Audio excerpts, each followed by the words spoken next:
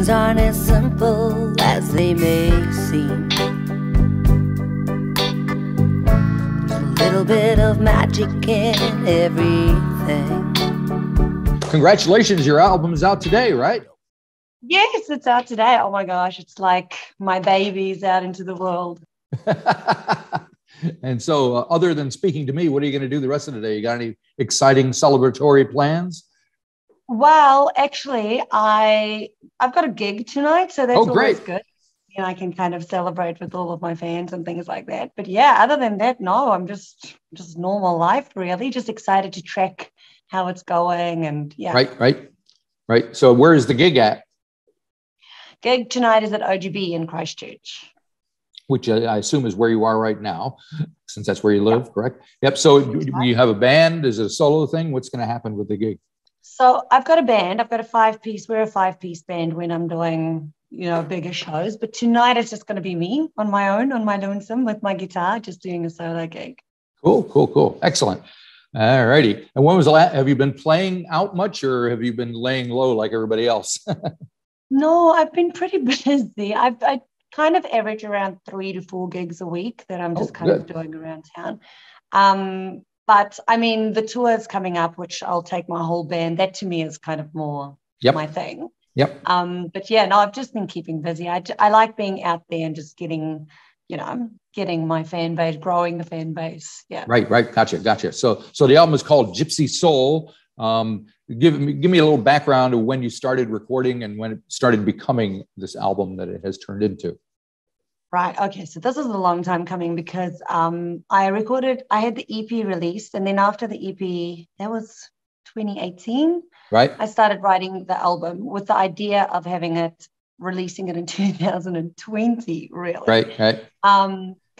But then obviously everything, I don't know, it's like this massive process just with recording and getting everything done. And because I'm signed to AAA Records in Auckland, I kind of fly there to go and record in Red Room Studios. And if there's anything that went wrong or anything that needs to be redone, it's kind of a traveling thing as well. And then with Auckland being on that epic lockdown, which was epic, and, just with all these different things, it just kept on getting delayed and delayed. But we made it. And then, once an album is recorded, if it's up to me, I'll just be like, everyone just listen to it, it's done. But then there's obviously all the prep that goes with it and the singles and the planning. And then, before you know it, it's been a year since you've left the studio and now the album is being released, which is so exciting. Like I've just been dying to get it out. Right. So you mentioned you recorded at Red Room up here near Auckland, just north of Auckland. What kind of vibe is in the studio there? What was it like? Oh my God, that is like heaven. It's like heaven on earth. Honestly, if everyone should go there. It's in the middle of bloody nowhere. Like it looks like a forest. It looks like a rainforest, really. And when you drive there, the first time I went, I'm like, I don't know. I think I'm way off. Like I don't think I'm on the right path because it's this gravel road, and then eventually you get to this house, there's an outdoor bath and there's all these trees, and then when you go inside the studio, it's just musical heaven. It's absolutely beautiful. Just such a relaxed vibe. And I got to stay on the premises as well while we were recording. Oh, nice. So it's nice. You get up, I would pick some lemons off the lemon tree and make a ring or something for the band, and it was just amazing. Very cool. And so when you actually were in the studio working, how did you guys work together? Were you producing? Were you running the show? How did it happen? Yeah, so I had 2 producers on this one. I had Chris Ward and Timothy Smith. Right. So they co-produced it, and they met Timothy. He got the musicians in. So it was Marika on bass, which, it's all these like incredible musicians. So the first couple of days we just had this rehearsal. So it was Adam Torbeck on drums and Forrest Thorpe on the trumpet, and who am I missing? Oh, Chris on guitar as well. Yep. So we were rehearsing for a couple of days, which was just fun. It was just amazing. And then we just cracked into recording. So it went pretty smoothly. We had a really good idea of what we wanted the album to sound like. So what we did was we sent the tracks to South Africa to get the backing vocals done there. So we had to have this gospel style backing vocals going on. Right. And then we kind of took our inspiration from Motown. So it's got this old school sound to the album with the Motown type tracks, but it's going back to my African roots. I don't know how you explain it, but it's just, that's all right. So it makes things interesting is when it all comes from all different places and mixes and matches and all that stuff. So it's very cool. Yeah. So, I mean, obviously the dream is that it's a unique sound, but it kind of has that like it sounds familiar, like it sounds like something old school, but it is quite unique. Well, what I love is the trumpet, because especially on like Wait Forever and was it Brave Train? I can't go on like this. The trumpet just blew me away. It's not part of any of what you just said. It's like extra spice. So what brought that? Were you always thinking of using a trumpet in that way when you were writing the songs? When the night falls on me, I can hear your heartbeat in my head. All the things you said. Though your mind is open, her heart still is broken since you left. You must confess. Yeah, so I'm a massive Benmorrison fan. Okay. And I guess a lot of the sounds that I like, because he uses a lot of horns in his music, like trumpet and saxophone and things like that. So I said from the word go, I said, look, I really want trumpet or saxophone just to kind of give us that vibe that goes back to what the music that I used to love listening to, or still listen to, really. And Timotera said, I've got just the guy. Forrest Thorpe is just the person. And then we all love giving people freedom, like musicians with their instrument. You need to kind of give them their time to see what they can do to the song as well. And if you don't like it, or if it's way off, you can guide them again. But my first preference is just to say, hey, what do you think? If you listen to the song, what would you add? And Forrest I kept going on and on about how I want to put him in my bucket and bring him home, because he's just so incredibly good. Like every time he would play something, we would be, yes, exactly, that's it. Very cool. So the album kicks off with Finally Going My Way, and there's a video for it. Well, why do you have that at the front of the record? Don't worry, don't worry, don't worry, don't worry your little head. Meet me upstairs when they've all gone to bed. 'Cause I have been trying and trying so long. To my friends, they've long gone. I know they're talking, I know what they'll say. Those things are finally going my way. Right, so Finally Going My Way, I guess that it used to be my favorite song on the album. This changes. Of course. I love performing it. I like the vibe of it, but also the message of it is kind of like musician's life, and it actually is a build up to where I am now. It's finally, there's a lot of sacrifices that you have to make as a musician, friends, relationships, just all sorts of things. But I guess the other side, or the flip side of that, is that now I have an album, and now I'm living my dream to yeah. Okay. And there's kind of a blues feel to some of it, like on Sick of You Being Sick of Me. It's kind of a bluesy shuffle thing going on. Do you listen to much blues? I'm sick of you being sick of me. Ain't there someplace else you've got to be? I'm sick and tired, baby, of you being sick and tired of me. And we're going through the motions, and I'm thinking about big dreams. Yep, I do love blues. I've got a very, very eclectic music taste. I like most types of music, but if you listen to my playlist that I create on Spotify, it's just like all sorts. I think people think, what is this? All righty. And there's also a video for Daydreaming, and it looks like it's shot in an old church or something. So tell me about the song and tell me about making the video, if you don't mind. You're just stay.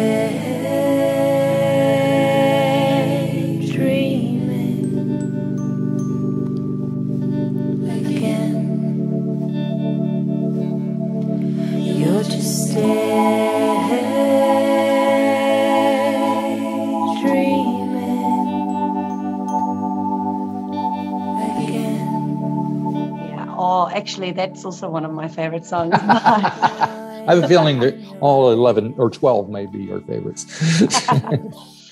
Oh, that one I think is the most profound kind of message for me that I was trying to portray, because I think a lot of us, or most of us, grow up in a certain way where you've got all these ideas that's being pounded into your head. Like, you might grow up super religious, or you might grow up thinking this is wrong and this is right because you've been taught that, but then when you grow up, certain things become clear and you're like, oh, actually, that's not entirely true. Or even how I see, like, little kids, we tell them to grow up, or we tell them to stop crying or stop doing this or stop doing that, when they're just being, kids. Yep. So I had this idea of this little boy, and how you kind of tell the boy, no, toughen up and don't get dirty, or don't talk back, or don't do all these things, but you're actually just stealing their innocence from them. And then it also goes back to, like, religion. Like, you might grow up super religious, and when you're older you think, oh, actually I'm going to change my mind on this because it's not necessarily what I believe, even though I've been taught that. Right. So yeah, Daydreaming, and then the Amazing Grace part, which was sung by Tracy Lee Oliver in South Africa, which it gives me the chills every time, because I'm like, can she just sing everything, because she's so good. Right. But I brought that aspect in from the church aspect, the religious aspect, but also I really love that song. I think it is a beautiful song, even if you take the religion out of it, you know what I mean. So then I have the owner of OGB, where I'm singing tonight.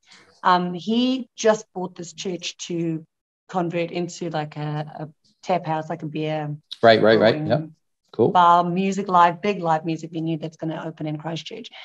And then before they started work on it, I said, oh, I need this abandoned church for this music video, because it kind of ties in with the concept of it. So yeah, that's how it happened. Okay. And so I think it's interesting, because you're kind of combining, like you mentioned, Motown, and there's a blues, which is kind of a American kind of thing. You got the South African influence in there. You're here in New Zealand. What do you think of yourself? How do you describe yourself to people? Do you think of yourself as a Kiwi musician? As what? Yeah, I definitely see myself as a Kiwi musician. I've been here for 10 years now, and I'm a citizen, so I'm like definitely Kiwi musician. But I just feel like I am a bit of a Gypsy Soul, hence the title of the album. There you go. So I feel like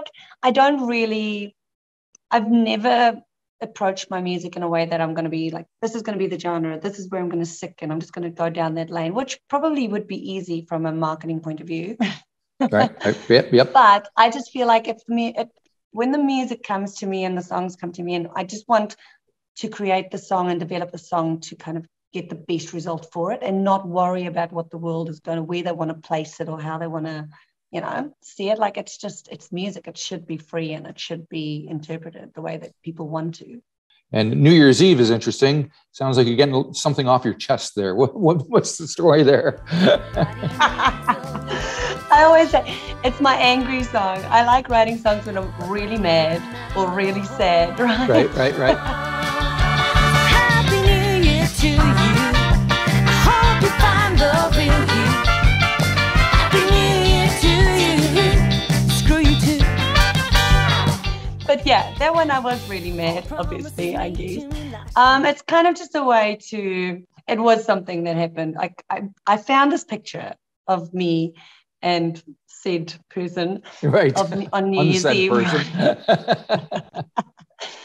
then I kind of just stewed on it a little bit. I'm like, And then I just started, I don't know, sometimes I wonder where these songs come from, because most of my songs will be from start to finish within half an hour, because it just comes to me. I write it down, I record it, and I'm done. I'm like, pin, mic drop. Right. So that one's a fun one. It's really fun to sing too, because it's like, and the crowd, when I sing it live, everyone loves singing it along. I think everyone's got someone that they're holding a sort of a grudge against. Yep. It's therapy though. I don't have a grudge anymore. So do you have a lot of songs that you've written since then that you're kind of itching to get out? Yes. And funny word choice, because one of them is called Itch. Okay. Yeah, no, it is quite hard, because because I do write a lot of songs. So I've got this catalog of songs just waiting. And there's something that happens because I've performed these songs on the album quite a bit and I've recorded them and listened to them. I'm ready for the new stuff now. So I'm ready to get back into the album and start with the new songs. So yeah, no heaps of them waiting. And it does end with a tune called "What If I Die," which there is a video for. So why is that at the end of the record? And tell me about making the thing. If I could go to Rome, I'd do it on my own. I'd find my way to Greece. I'd dance all night out on the street. What if I die without ever seeing Starry Night? What if I die without ever seeing Starry Night? Ooh. Yeah, what if I die? I was playing at a corporate event one night and there was this guy sitting next to me, a man, and he told me, I love asking questions to people. I'm always interviewing people. And I said to him, what would you say would be your biggest regret in life? And he goes, well, my biggest regret was never taking my wife to Paris. And then she got cancer and then she got too sick. But the reason they never went was there was always an excuse. Either the kids were too little or they didn't have enough money or whatever. And then the kids were going to uni. So they just said, all these stories. And then she eventually passed away without ever going to Paris. And he said, and if I could change it, I would just go. The minute she said she wanted to go, I would have taken it. And then I went home and I thought, my biggest dream was to go to the Greek islands. I've got this thing in my head about the Greek islands. Okay. So I spent some time and I'm like, you know what? I should just do it because what if I die without ever going to the Greek islands? And the other one was seeing the painting by Van Gogh. I'm very much into my art and I've always loved Starry Night by Van Gogh. Yeah. So then I decided, okay, I'm just going to do it. The song came to me. I wrote the song. And after I wrote the song, what if I die without ever seeing Starry Night, being the metaphor for whatever your bucket list might be. I booked my tickets to the Greek islands and I booked my tickets to New York to go and see Starry Night. So I did both. I was going to do both of them in 2020. One was going to happen in June and one was going to happen in August. So they both got cancelled. And now I'm like, yeah, what if I actually die? But you're still with us, so that's good. It's not too late. No, it's not too late. I'm doing it. I'm doing it for sure. But yeah, that's kind of what the song was about. And I decided to put it at the end of the album just as a conclusion, it sounds quite dark, what if I die, but it's actually meant to be inspiring for people to go out and do the things they want to do when they want to do it, not wait and not make excuses. Yeah. And otherwise you would have left them with New Year's Eve, which may have been a different message that you're listening. Yeah, that's second last. It's like angry. Okay, now let's go to Greece. Very good. Now I read somewhere that you were classically trained as a guitarist. Is that right? So do you still play guitar? Are you playing on the record, or is that a different part of you? No, I still play guitar. So most of my gigs, I play guitar. It's my first love, honest, true love. When I was little, when I was 5, I wanted to play guitar. And my mum, for some reason, she found out about guitar lessons and someone told her the ideal age is 9. Okay. So she made me wait for 4 years. And then when I was 9, she bought me this terrible secondhand guitar with the terrible action on it, steel string. Right. And she got me into guitar lessons, but then it ended up being classical guitar lessons, which was not what I wanted. I wanted to play songs and, do my thing. But then I didn't complain because I waited for 4 years. I was like, let me just do this. But then I took to it really quickly. I guess I was just so desperate to play guitar. And then my guitar teacher told her, look, you need to get her a classical guitar, which she then did. And I got a proper guitar, progressed real quick, loved it. But then still when I went home, I would strum and I would teach myself to kind of sing and play because that was quite easy compared to the classical guitar. Gotcha. And then, I started writing songs when I was 9. I really terrible little songs with no life experiences. I would sing about other people's life experiences like the movies or something. But yeah, gotta start somewhere. That's how it started. But I never regretted it, because classical guitar is such a good bass, and I love finger picking. So a lot of my stuff, I do a lot of finger picking. So on the album, anything that was finger picking or a little bit more Yeah, that was me. And then the electric guitar would have been Chris. Yeah. Chris, right. Okay.